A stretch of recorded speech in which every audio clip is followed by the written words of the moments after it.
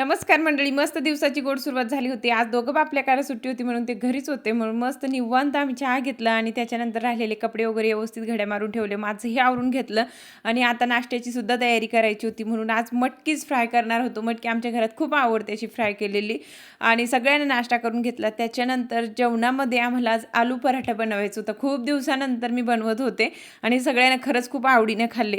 आणि ते ना मी कॅमेरा ऑन केला होता, पण काय झालं काय माहिती, पूर्ण रेसिपी मी तुमच्यासोबत शेअर करणार होते, पण काही शूट झालं नाही म्हणून म्हटलं जाऊ द्या.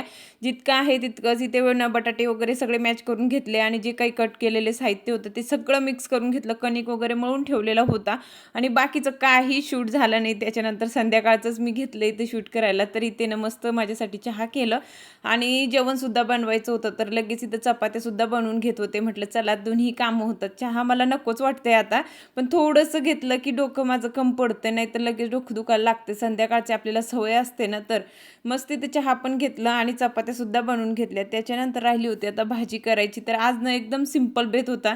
हिरवी मिरचीचा ठेचा आणि फिक्कं वरण एवढं आमच्या घरी खूप आवडते, आवडीनं खातात आणि खूप दिवसानंतर मी बनवत आहे. तर इथे माझं जेवण बनवून झालं होतं. तोपर्यंत राजूचे पप्पा सुद्धा आले होते. राजूचे स्केटिंग कॉम्पिटिशन होता आणि आज पण त्यानं खूप चांगलं केलंय. म्हणजे त्याच्या या वयानुसार तो खूप छान करतोय. दरवेळेस हे ना काही करूनच दाखवतोय. तर तेच बघून मला खरंच खूप प्रचंड आनंद होतोय. तर चला इथंच मी एंड करते. बाय.